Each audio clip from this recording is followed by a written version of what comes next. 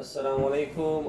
نن ویډیو تاسو ته زه چې کوم د انسان د سه اخیستلو والا سیستم دی د پیپړې والا سیستم دی باره کې کومه. اول به د دغه سیستم چې کومه دی د کار څه دی ټول اول کار خو دغه دی چې لکه څنګه تاسو ته مخکې ما ویلي وي چې زړه چې کوم نه بغیر وینې نه بغیر انسان نشي پاتې کېدی په دغه رنګ چې کوم ساه اخلو اکسیجن نه بغیر انسان ژوندی نشي پاتې کېدلی. نو ټول غټ کار دا دی چې موږ جسم ته خلیې ته ټیشو ته اکسیجن پکار وي. موږ اکسیجن نه بغیر نشي پاتې کېدلی ژوندی. نو دا دې سیستم په ذریعه سره موږ اکسیجن موږ باډي ته ځي او چې کوم کاربن ډای اکساید وي هغه موږ بهر ته وباسو. نو دویم هغه دی فنکشن یې دغه دی چې کوم موږ بهر ته هوا راځي نو هغه ټمپریچر یې مختلف وي، کېدای شي ګرمه وي یا یخه وي. هغه ټمپریچر چې کوم دی موږ سیستم دی د هوا والا سیستم دغه برابروي.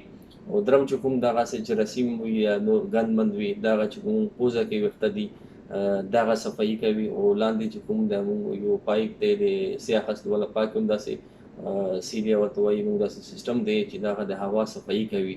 لکه څنګه تاسو ته پته وي څنګه سړي ته کله ټوخی ورشي نو هغه اکثر داسې وي چې هغه د صفایي روانه وي هغه جراثیم بهر ته هوا صفا کوي.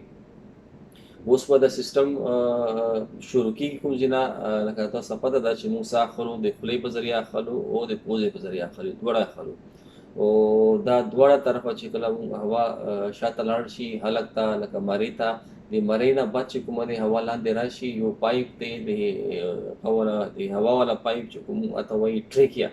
لکه څنګه خوراک یو پایپ وایي سوفیګس په دغه رنګ دی هوا یو پایپ دی هغه ته موږ ټریکه وایو. د ټریکه په ذریعه سره هوا لاندې راشي بیا لاندې ګس طرف ته او ښي طرف ته دوه طرف ته دوه پیپړې دي په پایپ دوه کې تقسیم شي او هلته په چې کوم پیپړې دي پیپړې کې چې کومه دي هلته د وینې صفایي کېږي.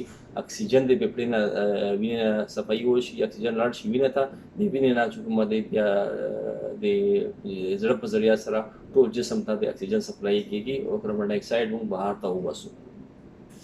دا څو پکچر کې پوه کومه دغه لکه تاسو په دغه پوزه ده پوزه سره په ذریعه سره هوا راشي دلته د خوله ده د خولې پوزې په ذریعه سره دلته لاړ شي دلته موږ فیرنګس ورته وایو چې کوم مرۍ ده دې په ذریعه سره بیا لاندې دغه ټریکیا او د ویسټ یو پایپ دی دلته موږ ټریکیا وایو.